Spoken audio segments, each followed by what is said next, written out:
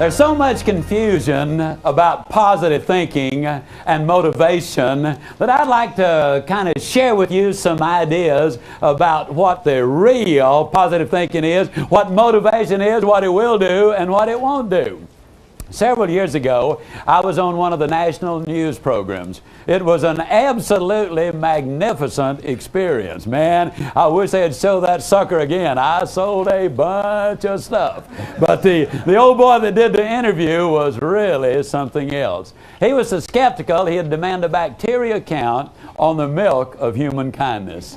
I honestly believe that he believes, really he's so cynical that he still thinks somebody pushed Humpty Dumpty. I mean, you have seen the kind. His opening statement to me, I mean, the first cracker out of the barrel after he had turned on the cameras, you know, he said, "Zig, you go all over the country talking about positive thinking, making money, going to the top." He said, "You're so positive, you think you could whip Muhammad Ali?" Well, folks, that's dumb, even though I fought in the ring 2 years.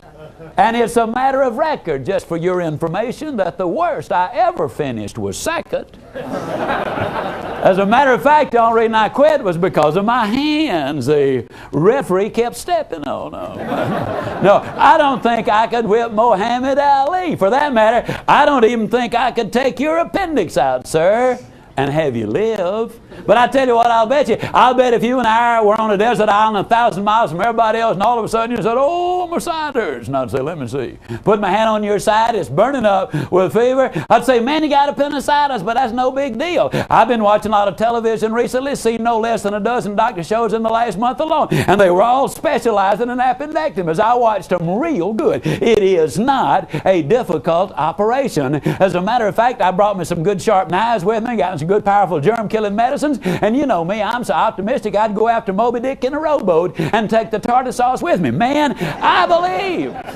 we're going to be able to get them out of there. Now, I believe that you would prefer that I took that approach instead of looking at you and saying, "Man, you're going to die." And the reality is, ladies and gentlemen, that the first approach would give him an infinitely better chance of surviving than would the second one. But let me lay it on the line because this is so important. I get upset with these highly motivated, very sincere, completely in their own mind, honest individuals who will stand up and tell somebody else, "Man, with positive thinking, you can just do anything." And ladies and gentlemen, that simply is not so. How many of you recognize the name Magic Johnson? Can I see your hands? Okay. Magic Johnson is a highly motivated, very enthusiastic, extraordinarily skillful basketball player. He is 6 feet 9 inches, 245 pounds of highly skilled athlete. He's a positive thinker. He's highly motivated. He's really turned on. But I'm here to tell you that despite all of his success as a basketball player, I'm completely convinced that Magic Johnson would be a total and complete failure as a jockey. How many of you would agree with that assessment? All right. Refrigerator Perry just flat couldn't cut it in ballet. I mean, he just could not. Now, I'm a positive thinker. But if you were facing major surgery, I would not recommend me to perform the operation. No, I want to make it absolutely clear that positive thinking won't let you do anything, but it will let you do everything better than negative thinking will. Can you buy that idea? Would you agree that positive thinking won't let you do anything, but it will let you do everything better than negative thinking will? And my friend, that is good enough. Let me tell you what positive thinking will do. Positive thinking will permit you to use the qualities which you have. And when you use the qualities which you have, my friend, you can get the things in life that you really want. Motivation. What is motivation anyhow? Many times the media asks me the question. They say to me, Zig, you go around and you're going to be talking to these people. You got this 4-hour seminar, and in this seminar you're going to keep them all of that time. Let me ask you, are you going to get them excited? And I say, well, those folks are already excited, okay? You're going to get them excited even more so. And I said, yeah, they sure hope so. They bought a ticket and they want it to be a good investment. Okay, where will they be a month from now, a year from now? You know what they're really asking me? They are asking me, is motivation permanent? And the answer, ladies and gentlemen, emphatically not. Motivation is not permanent. But then neither is bathing, is it? But does that mean I'm opposed to bathing? Or does that mean I want to do it every day? I want to do it every day. And motivation is in exactly the same category. You need it every day of your life. Why? Because there's a lot of stinking thinking going around, and that's what messes your mind up. I want to show you what I believe motivation is. If you will look very carefully, you can see this grid, and you will notice, ladies and gentlemen, that it has a simple question: how many squares do you see? The average person immediately said, well, I see 16 squares there, and there are 16, but if you will look a little more carefully, you will see that the entire figure is a square, so that makes it 17. And then right in the very center, there's another square that makes it 18. But notice this, right here is another square that makes it 19. Here's another one that makes it 20. Here's another one that makes it 21. And here's another one that makes it 22. But follow me now, because right here is another square that makes it 23. Here is another one that's 24. Here is another one that's 25. And here is another one that brings it to 26. But watch this. Come across 3 and down 3 and across 3 and up, and there's one that makes it 27. Here's yet another one that's 28. Here is another one that's 29. And ladies and gentlemen, there is another one. That means there literally are 30 squares there. Now I want to ask you a question. And I'm not trying to trick you with this, but I do tell folks I'm kind of like a cross-eyed discus thrower. I don't set any records, but man, I keep the crowd alert, okay? Here's the question. How many squares did I add after I drew the original figure? Anybody? 14, okay? Let me ask it in a different way. How many squares, Portland and Kansas City, did I add after I drew the original figure? None, did I? Absolutely none. All I did was say, here's one, here's one, here's one, here's one, here's one, here's one. I just identified what is there. What is motivation? To motivate is to draw out or to pull out. People ask me, Ziglar, I'm going to listen to you through that seminar. What am I going to get out of it? And I have to be honest and say, not much. But let me tell you, friend, this seminar is going to get a lot out of you. You see, what we've done thus far is we have identified the qualities which you have inside of you. And the purpose now in helping you recognize those qualities and begin to develop those qualities, that's when things begin to happen.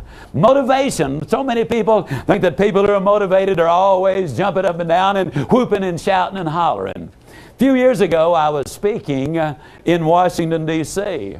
I spoke to the National Council of Parents for Drug-Free Youth. It was a wonderful organization. Mrs. Reagan was there. Brooke Shields was there. She had done a commercial. I was the wind-up speaker that evening, and the audience was most appreciative and very responsive. They laughed at all of my jokes. Which is a sign of intelligence.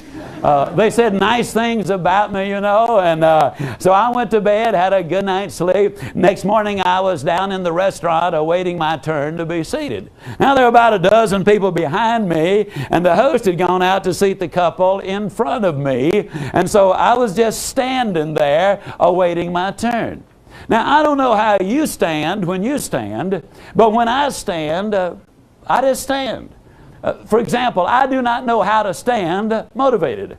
So I just standing there, and these three ladies walked in who had been there the evening before.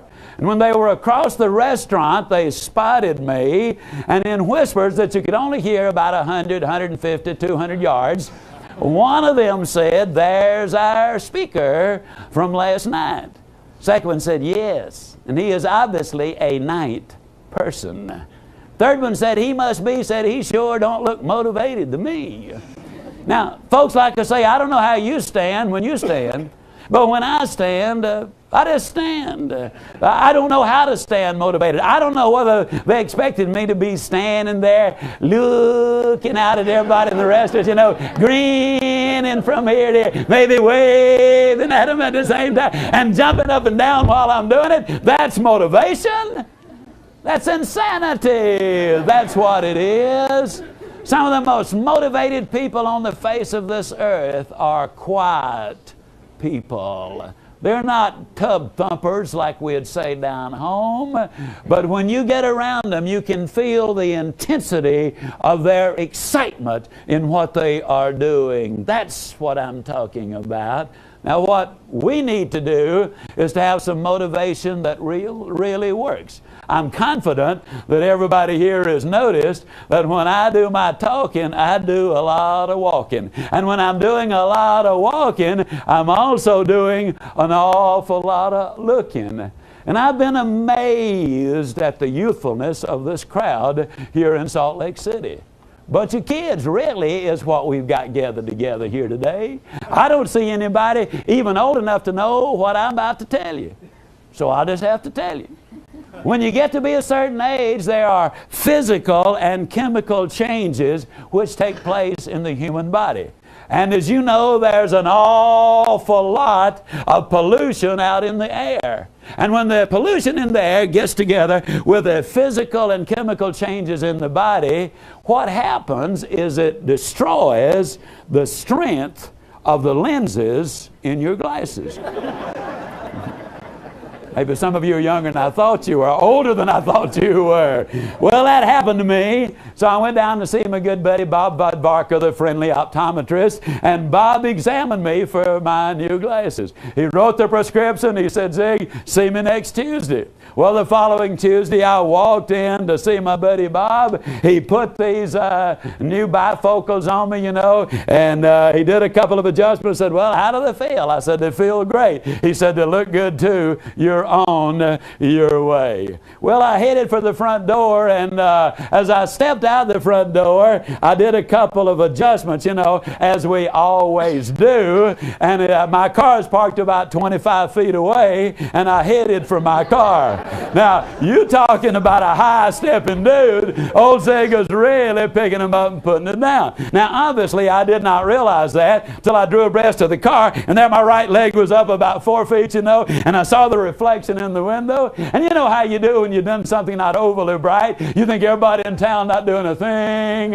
in the world but looking at you. So I looked around right quick to see if I'd been caught in the act. Nobody was paying me the least bit of attention, but realizing how totally ridiculous I must have looked, I couldn't help it. I just hollered out loud. I got so tickled. And then I got excited. Because though I've been doing this for many, many years, that day for the first time I clearly understood the role that I play in America today. You see, ladies and gentlemen, the reality is I'm an optometrist. And what I do is I go all over this land fitting people with new glasses. And what I've done for you today, whether you're in Salt Lake or Portland or Kansas City, what I have done for you today is brought you a brand new pair of glasses. I got to tell you something about these glasses. First of all, they will fit you perfectly. Second, they are absolutely not rose-colored. I will repeat what I've said a number of times, and that simply is that life is tough. But when you're tough on yourself, life can be enormously rewarding to you. But you got to be before you can do, and you got to do before you can have. Life demands first, and then it rewards you lavishly.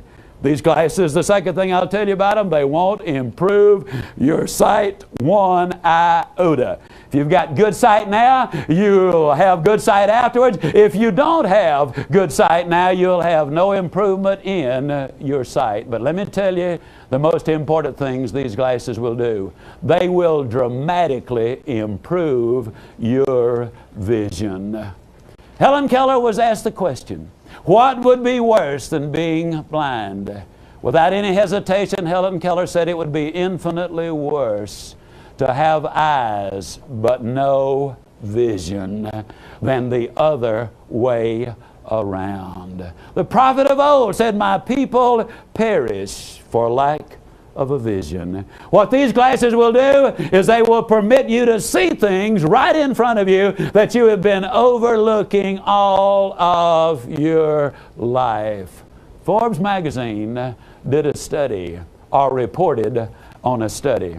And in this they revealed that entrepreneurs invariably, in an incredibly high percentage of the cases, make their money after they have moved to a new location.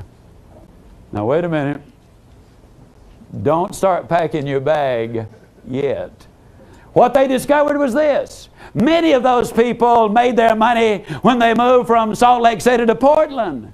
But others made their money when they moved from Portland to Salt Lake City. Some made their money when they moved from Kansas City to Chicago, but others made their money when they moved from Chicago to Kansas City. What they discovered was very simple. The location really is not the point. Opportunity, ladies and gentlemen, is where you are.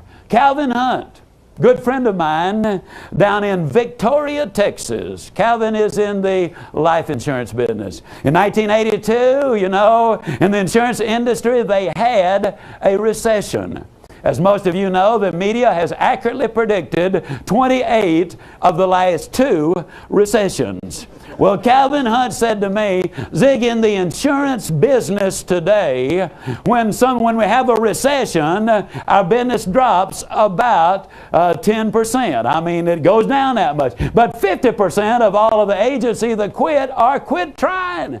Now he said, Zig, if you got 90% as much business and 50% as much competition, then doesn't it figure that your business ought to at least double? And I said, Calvin, that's the way I see it. He said, that's the way I see it too. That's exactly what happened. Now the side note is this. He sells insurance contracts where the premiums are $100,000, $200,000, $300,000 a year. The point I'm trying to make is the business is right here in front of us. Opportunity is right where you are, ladies and gentlemen. It is not in some faraway place with those strange sounding names. It is right here. And most people simply overlook it. Let me give you a very simple example of what I'm talking about. If you wear a wristwatch, whether you are in Portland or Salt Lake or Kansas City or wherever you are, if you wear a wristwatch, would you just hold up your hands, please? Now, do not look at your watch. Don't look at it. But did you know that the average American looks at his wristwatch 300 times a day? Oh, I didn't believe it either. They told me that. I said, that's the dumbest thing I ever heard a grown man say. Why? If you looked at your wristwatch 300 times a day, why, all you'd be doing is look, man, get out. You'd never have time to do any work. Then one day I broke the band on my watch. The next 2 days, that watch was in my pocket. And for the next 2 days, I bet you I looked at that sucker how many of you know exactly what I'm talking about? Ever had that experience? You bet you. You will look at it 300 times a day. Now, sometimes in your spare time, when you've got nothing else to do, I want you to just kind of figure up what 300 times a day for a year is. It will blow your mind the thousands of times you looked at your watch, but I bet you still don't know what's there.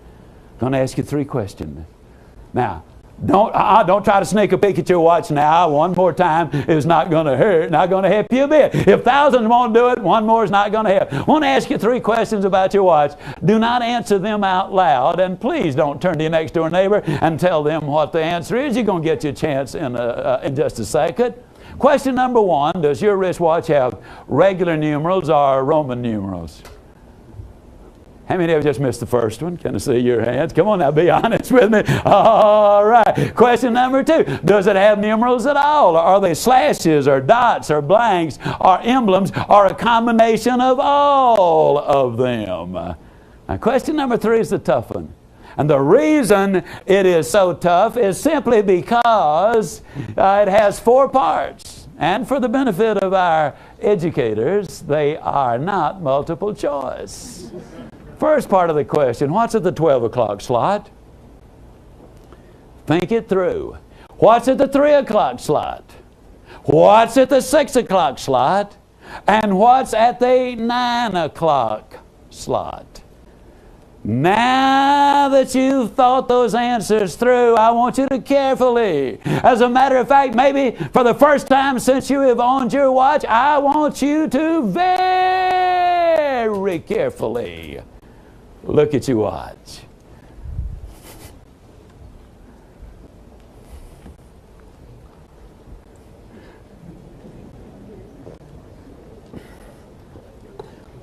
Now, I can't always interpret murmurs and giggles and all those kind of good things. And I certainly couldn't hear it from Portland and Salt Lake City. I mean, from Portland and Kansas City. But for those of you who are right here, how many of you missed at least one of the questions? Can I see your hand? Boy, about everybody's got their hand up. Now, how many of you remember just a few seconds ago when I said, now I want you to carefully, as a matter of fact, maybe for the first time since you've owned your watch, I want you to very carefully look at your watch. How many of you remember me saying that a few seconds ago? Okay, what time is it?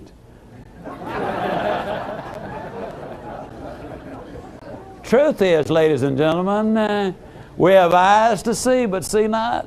We have ears to hear, but hear not. We have hands to feel, and we feel not. We've got everything there in front of us, opportunity galore, and if we cannot even identify what's on our watch, doesn't it make sense that we need to open our eyes, adjust these magnificent new glasses you're being fitted with, and look around you and see what is there? Yes, this pair of glasses will let you see opportunity. But they do a whole lot more than that. This pair of glasses, ladies and gentlemen, will give you the proper look at other people. And the reason that is so tremendously important is because we have more happiness or more misery because of relationships than any other single factor. Good relationships bring happiness. Poor relationships bring incredible misery. And the way you look at people is so important because you treat people like you see them, and the way you treat them determines what the relationship is going to be. This pair of glasses will let you see people properly. Andrew Carnegie was the first great industrialist that our society produced. At one time, he had 43 millionaires working for him. This was over 100 years ago. Now, 100 years ago, a millionaire was somebody with money. I mean, they were flat rich. A reporter heard of this phenomenal fact. He went to Mr. Carnegie and he said, Mr. Carnegie, how on earth did you manage to hire 43 millionaires? And Andrew Carnegie said, well, when I hired them, none of them were millionaires. Then the obvious question comes forth, and that question is, what on earth did you do to develop them to the degree that they became so valuable to you that you were able to pay them enough money that they became millionaires? And Andrew Carnegie taught us one of the most tremendous lessons that you will ever hear when he taught us this. He said, you develop people in precisely the same way you mine gold. When you go in a gold mine to mine the gold, you will move tons of dirt to find an ounce of gold. But you don't go in there looking for the dirt. You go in there looking for the gold. What a tremendous lesson there is in that. You see, ladies and gentlemen, I'm convinced that you were born to win. But in order to be the winner you were born to be, you got to plan to win, you got to prepare to win, and you got to expect to win. And what this pair of glasses will do, it will be to help you become the winner you were born to be, and work with and develop others and help them to become winners as well. About a year ago, University of Pittsburgh released a study. And in this study, which incidentally was published all over our country, it was published in the Dallas papers, and the local paper called me and they said, are you familiar with the Pittsburgh study? And I said, as a matter of fact, I am. It's not a new study. It's been done a dozen different times. They said, well, what do you think about it? And I said, well, of course, it's accurate. They said, you mean you believe it? I said, of course I believe it, because it's happened so many times. It's got to be truth. What the study showed was that in the business world, tall men and women do better than short men and women. Now, before any of you short folks start throwing rotten fruit at me, give me a chance to explain what I'm going to. But let me ask you the question to begin with. To begin with, you know beyond any doubt that the distance from your heel to your head has got nothing whatever to do with what's stored there. Now, you know that, don't you? The answer is yes. I'll help you with these tough ones, okay? There's no question about it. And yet it's an absolute fact that tall men and women do better than short men and women. Now, why? The answer is because of conditioning and because of prejudice. Let me see a show of hands from all three audiences. How many of you have ever been lost, I mean just flat lost, in a strange town? Would you mind holding up your hands, please? Okay. How many of you, when you got lost, saw some kids playing and you went over to the kids and you asked the question, how on earth do I get from here to there? How many of you have ever specifically had that experience? Okay. Now, everybody simultaneously, out loud, enthusiastically, which one of the kids did you ask? The tallest, the biggest. Why? Might have been the dumbest kid in town. He might have been lost too. But the reality is, you ask the tallest and the biggest one because of conditioning and prejudice from birth in our society. We use an entirely different vocabulary on the tiny baby and the petite child as versus from the larger baby or the larger child. The vocabulary is totally different. How many times have I done it and heard it done, my, what a fine looking young man, or what a fine looking young lady. But what about Shorty? Oh, isn't she cute? The truth is there are not many, quote, cute CEOs or bank presidents or college presidents. I noticed something with enormous excitement. When you started giving me these qualities, I did not hear a single one of you say, I want somebody who is 6 feet 1 inch tall, or I want somebody who is handsome or beautiful. What you did say is, I want somebody with the qualities that will make a difference in my organization. These are the things that you identified, and rightly so. These are the things we can do something about. So how do we handle? Well, the first thing we do is we start teaching these qualities. The second thing we do is we listen to the lesson of Oliver Wendell Holmes. Oliver Wendell Holmes was an absolutely remarkable man. He was a brilliant inventor, outstanding jurist, remarkable writer, 5 feet tall. One day somebody asked him, Judge Holmes, how does it feel to always be in the company of men and women who are so much bigger and taller than you are? And Judge Holmes had a tremendous sense of humor, which is one of the qualities you identified as being important in a person's life. Judge Holmes looked at that person with a grin on his face and he said, well, I feel like I imagine a dime must feel when it's thrown in with a whole bunch of nickels. Half as big, worth twice as much. Let me tell you what gives people value. Let me tell you what are the keys to success that will move you up. These are the ones you have identified them right along because they paint the picture of you. And the picture of you is so important. Dr. Joyce Brothers was 100% right when she said that you cannot consistently perform in a manner which is inconsistent with the way you see yourself. Ben Hooper could tell you about that. When Ben was born many, many years ago, he was really in a difficult situation. You see, his mother was not married. And in that day and age, they said some terribly ugly things about the child who obviously had nothing whatever to do with his birth.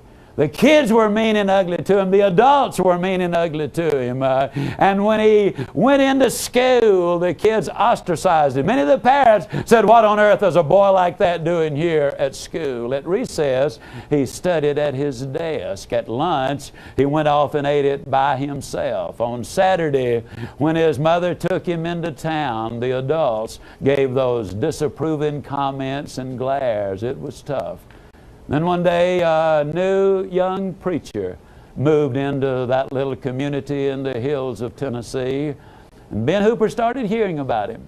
One Sunday, he went down to the church. After it had started, he kind of sneaked in the back, quietly took a seat, and he ran out before the services ended.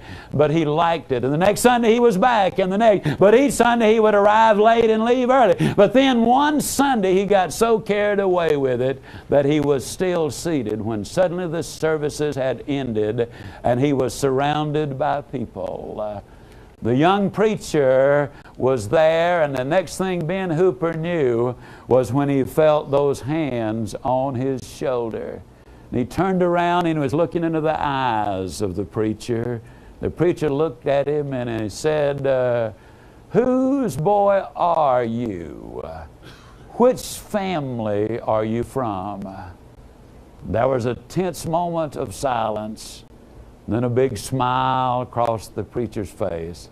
He said, oh, I know the family you belong to. The resemblance is unmistakable.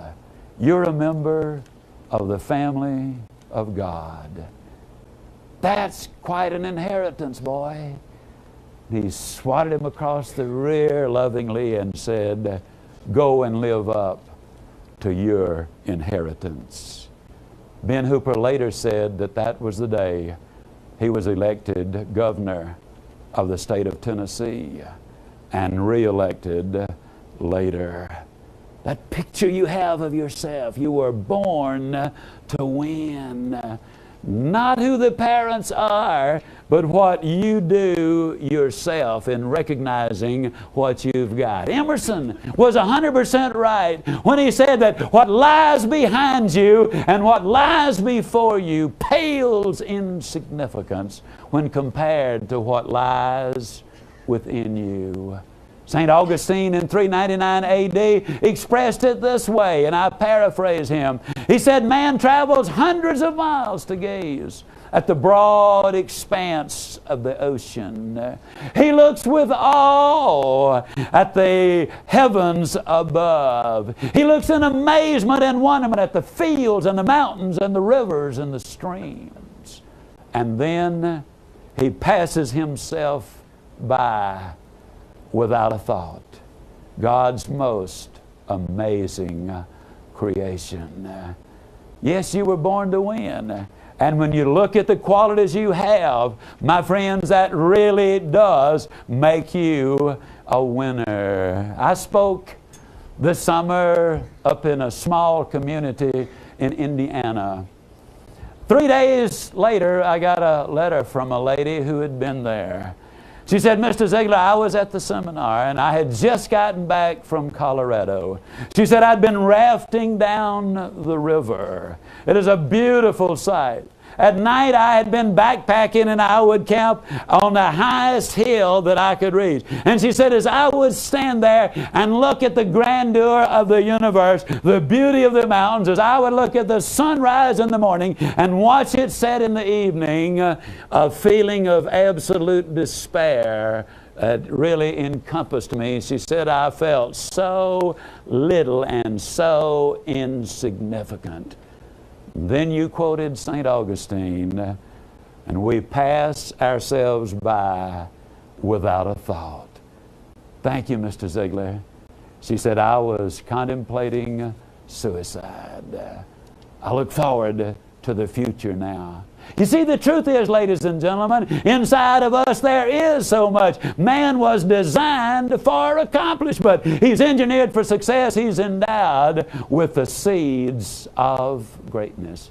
I'm absolutely convinced that total success, I mean absolute total success, is very, very possible.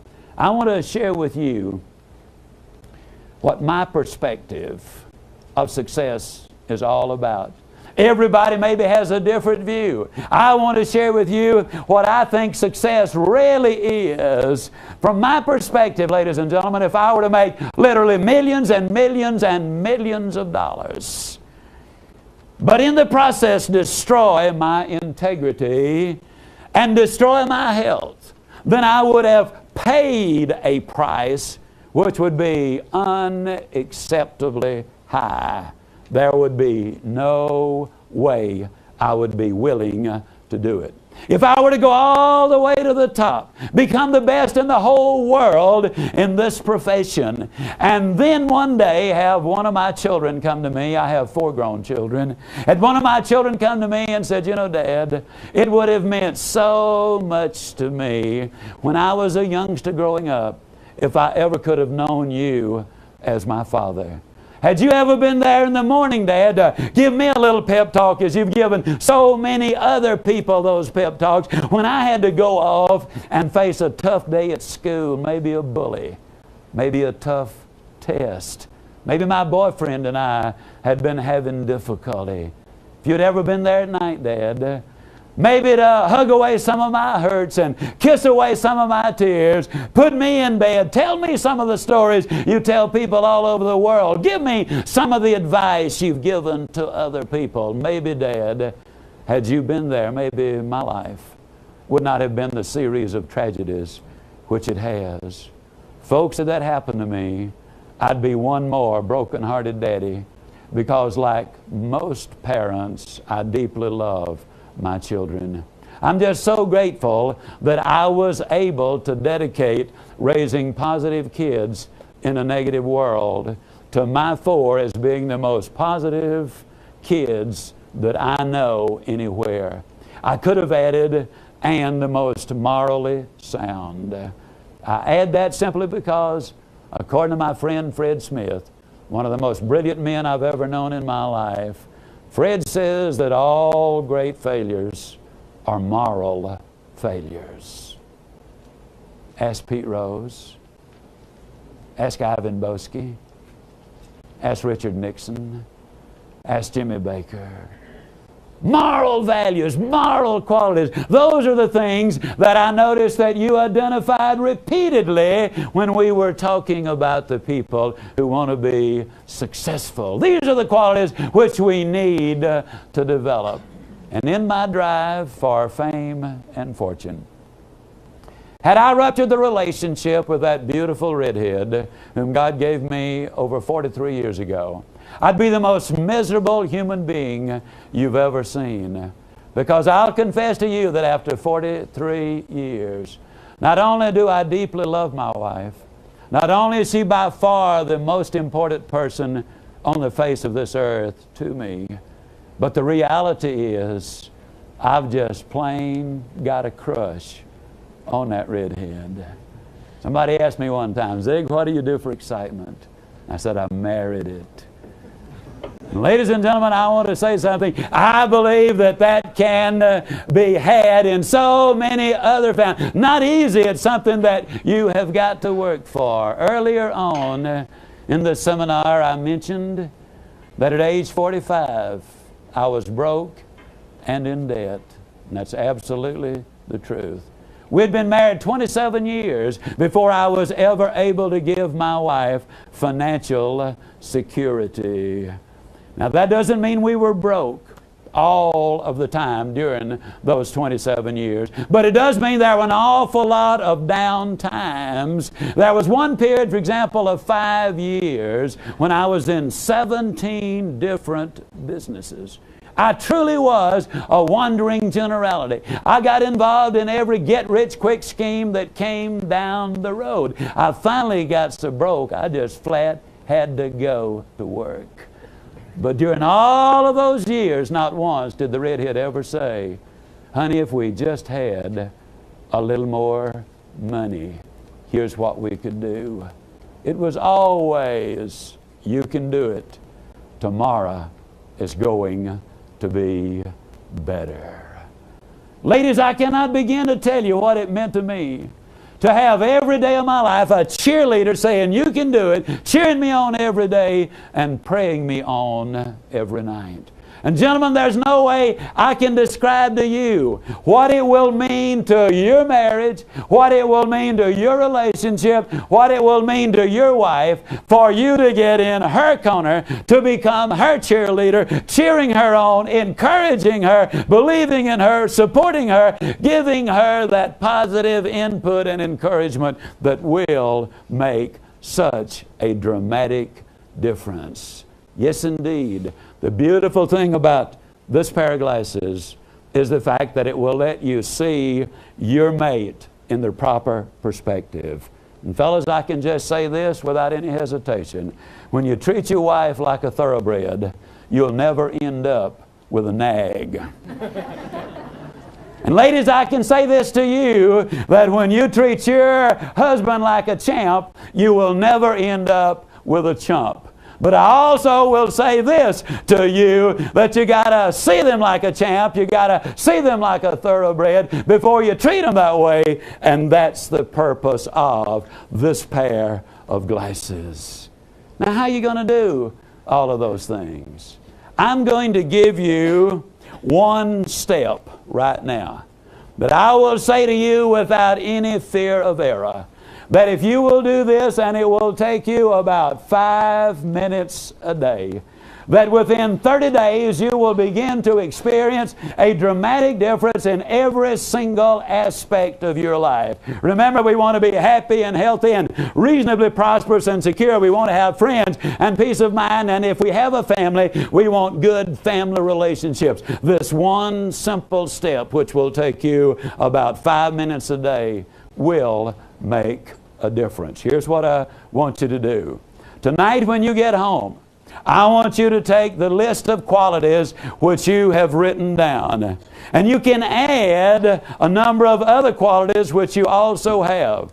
But take these qualities and write them, print them, so that you can read them easily, or type them on a 3x5 card. And if you are other people conscious, a lot of people say, well, I'm self-conscious, but you can do this without any trouble when you're by yourself. It's only when other people are involved, when somebody else is around, that you get a little self-conscious about it. So you're not self-conscious, you are other people conscious, okay? Get in a separate room by yourself, close the door, get right in front of the mirror, take that list of qualities, stand up absolutely straight, square those shoulders away, stick your chest out, and first person present tense, you simply say, I, Jane Smith, am a person with total integrity. I'm absolutely dependable. I am completely honest. I'm wonderfully enthusiastic. I have extraordinarily good judgment. I'm highly motivated. Go right down the list and claim every last one of those qualities. Then when you get to the bottom one, you say long-suffering, and then you say, these are the qualities of the winner I was born to be. Tonight is going to be a magnificent night, and tomorrow is going to be a marvelous, marvelous day. Now, what you'll discover almost immediately is you'll sleep better. And you will dream an entirely different dream. The last thing going into your subconscious is there. Then the next morning, just before you go to work, you get back in front of that mirror and you repeat the process. You stand up straight, you square those shoulders, you stick your chest out, you look yourself in the eye, and you say, I, John Jones, am a man of complete integrity. You go down the entire list, claiming them firmly, enthusiastically, looking yourself, this is so important, looking yourself right in the eye, and with enthusiasm you make those claims. I will tell you, within a month, and probably within a week, you will start to see a difference in you. Now, for those of you who read your Bible, you will recognize that that is right out of the Bible. The good book says, whatsoever things are true, whatsoever things are pure, whatsoever things are honest, whatsoever things are of good repute, then think on these things. That is exactly what you are doing with this process. And then what you're going to discover within just a matter of days is this. If somebody who does not know the real you, you see, this is the real you.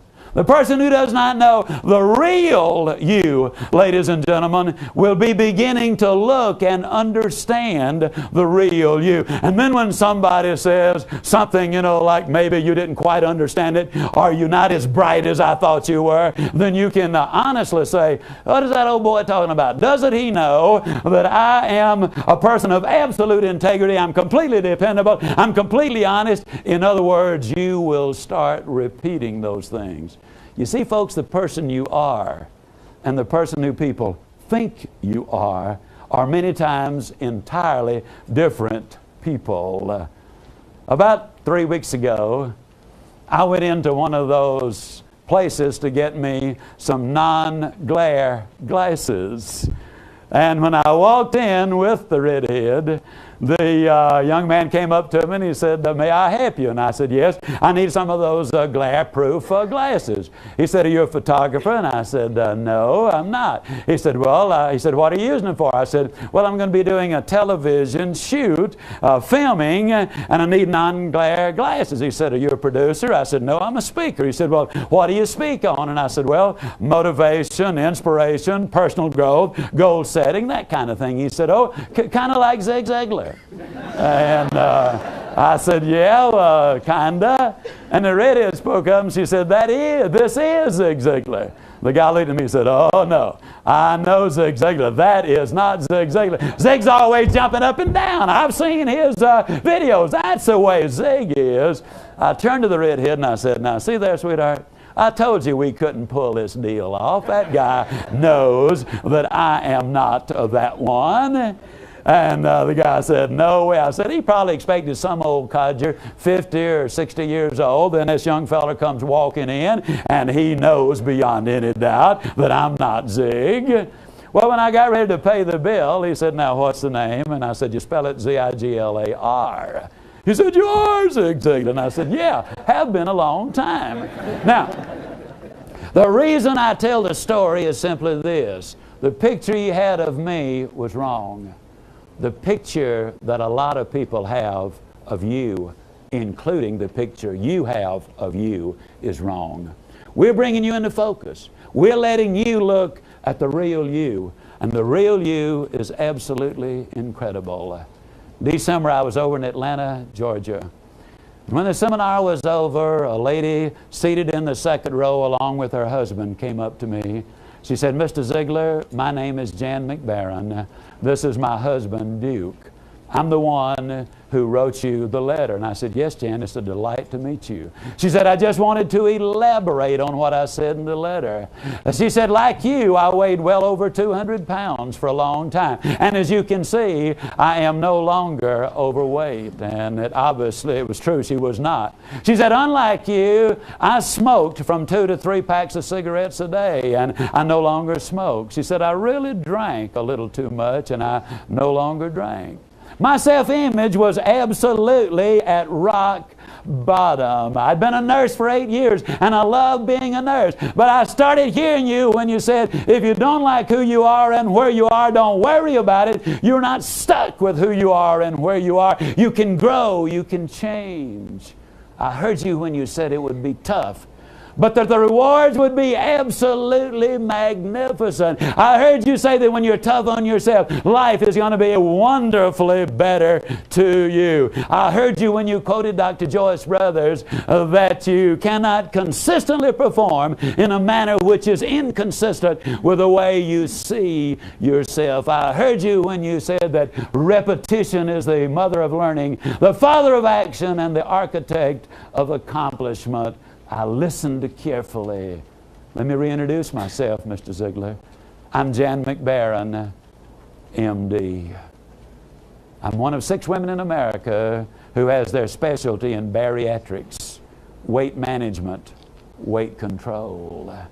She said, I worked my way through medical school as a full-time nurse. And oh yeah, Mr. Ziglar, I like me lots better. Thank you very much. Folks, you're not stuck with where you are. You can grow. You can change.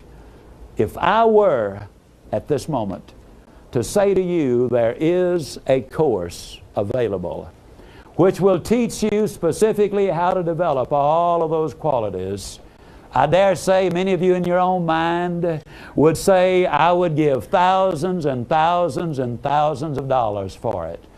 Well, ladies and gentlemen, at age 45, I was broke and in debt.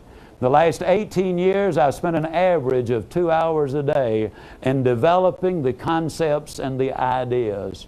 We present them to you in a course. The title of it is How to Stay Motivated. This particular course has 12 cassettes, and what we've done is we've extended their length. Each one of them is 90 minutes in length. That's 8